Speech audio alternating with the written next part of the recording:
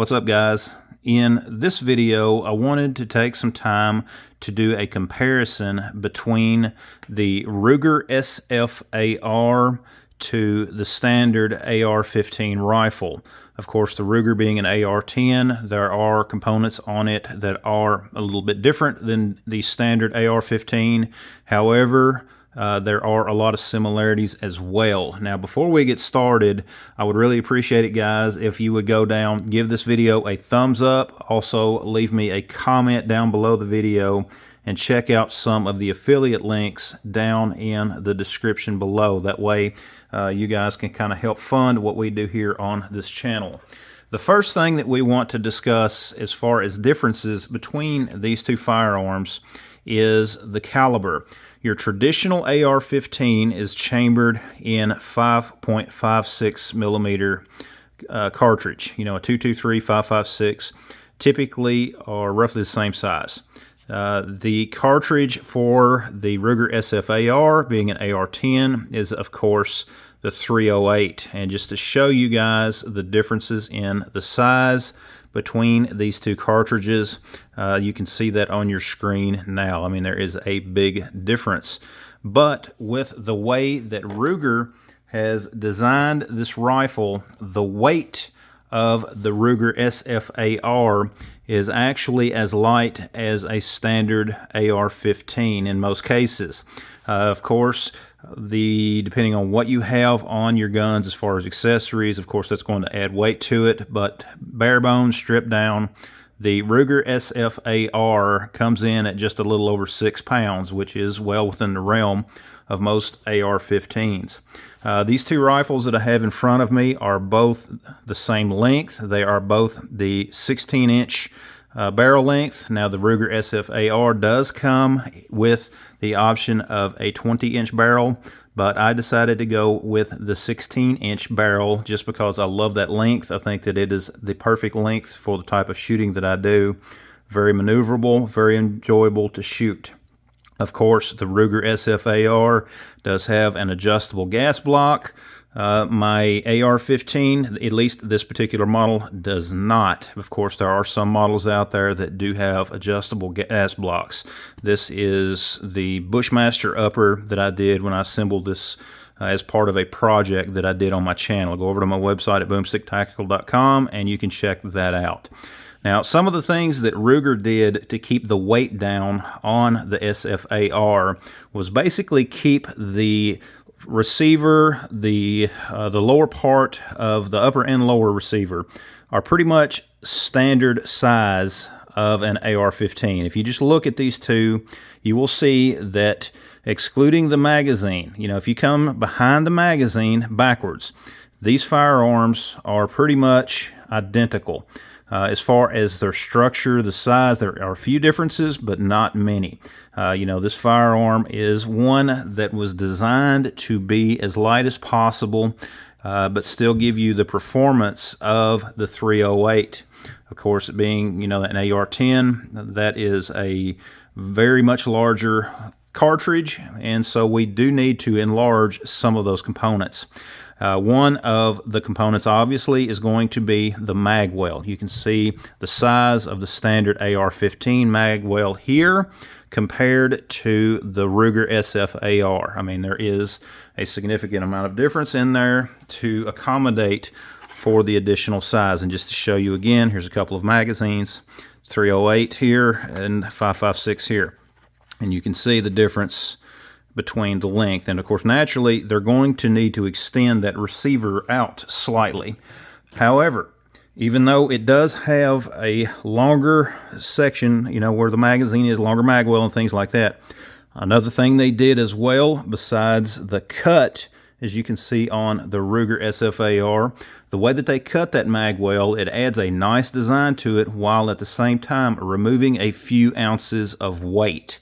That is one way that they did save on this. And another way, the bolt carrier group in the SFAR is pretty much the same length as the one that is in a standard AR-15. In fact, you can take an AR-15 bolt carrier group out and it will drop into that SFAR. Obviously, it's not going to work properly because of the differences in caliber, so don't try that. but it will fit. It will actually go in and lock the way that it normally would. But again, do not try that at home. Now, one place that Ruger did not skimp on is the barrel. The barrel of the Ruger SFAR is not the pencil barrel that is used in a lot of other AR-10s that different manufacturers will use just to try to save weight. They gave you basically a heavy barrel. Just to show you guys a little bit of a close-up, they did not put a lightweight barrel in this gun and still were able to come in at just a little over 6 pounds. Of course, you can see the adjustable gas block there. They do give you a tool, and of course that tool is in the grip here to where you can adjust that if necessary. The muzzle brake, the boomer muzzle brake that's on the front of this gun, it does help to mitigate recoil. However, if someone is shooting beside you, they are going to get a very hard percussion from that muzzle brake, so that is something to be aware of. Of course, the SFAR being chambered in .308, it is a very hard-hitting round. Of course, in this configuration, this is how I'm going to leave this gun. I have got my Vortex Strike Eagle setting on top of it. This has been in a couple of videos that you guys have seen. I love that optic, and it is perfect for an AR-15 as well as an AR-10. I really like that optic. Great optic. I'll leave a link down in the description if any of you guys are looking for one. Both of these guns, as you can see, the overall profile, the overall length is pretty much the same. Adjustable stocks on both of them. And I, can shorten it or lengthen it, just whatever I needed to do. But there again, for an AR-10, the SFAR is possibly the lightest model AR-10 you're going to get within this price range.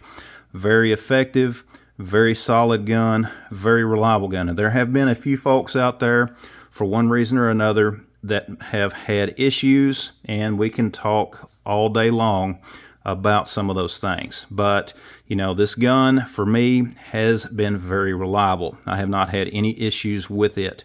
They do recommend on that front gas block to leave it on to 3 until you get a couple hundred rounds through it for break-in purposes. Now, that's something that I do know a few folks had not done, that were having issues with theirs, if you go back and watch some of their follow-up videos. But depending on what you are looking for, depending on what you are wanting to do with a firearm like this, with a semi-automatic AR-style firearm chambered in .308, this gun is good for hunting, it's good for sport shooting or whatever, just like an AR-15. The only difference basically between these two is, of course, caliber. Now, of being a different caliber with that .308 round, it is going to cost you more when you go shooting. Obviously, .308 is much more expensive than the 5.56, but it's still a lot of fun. It's still something that I enjoy. It's still something that I know a lot of other folks out there would enjoy shooting. Of course, the range on this, there again, guys, you can get a lot more range out of the .308 compared to the 5.56. Nothing wrong with the 5.56. I love my AR-15s. Nothing wrong with them. So I enjoy shooting them very regularly. Very good guns. But guys, this is just a little bit of a comparison. Nothing fancy. Just wanted to show you guys some of the similarities and the differences between these two firearms. The AR-10, an AR-10 is something that a lot of people are looking at more and more often, especially since the SFAR came out, just because of it being so light compared to a lot of other models out there. AR-15s, AR-10s, semi-automatic firearms, very fun, very enjoyable. But guys, this is just a quick video. I would really appreciate it if you would give it a thumbs up. Leave me a comment down below with any questions. And there again, guys, I just wanted to do a little bit of a comparison for you all, just to show you these two guns side by side, and just kind of give you guys an idea of the overall profile of these. There again, love both these guns. I don't own firearms that I don't enjoy, and I don't enjoy shooting, and I really enjoy shooting both of these.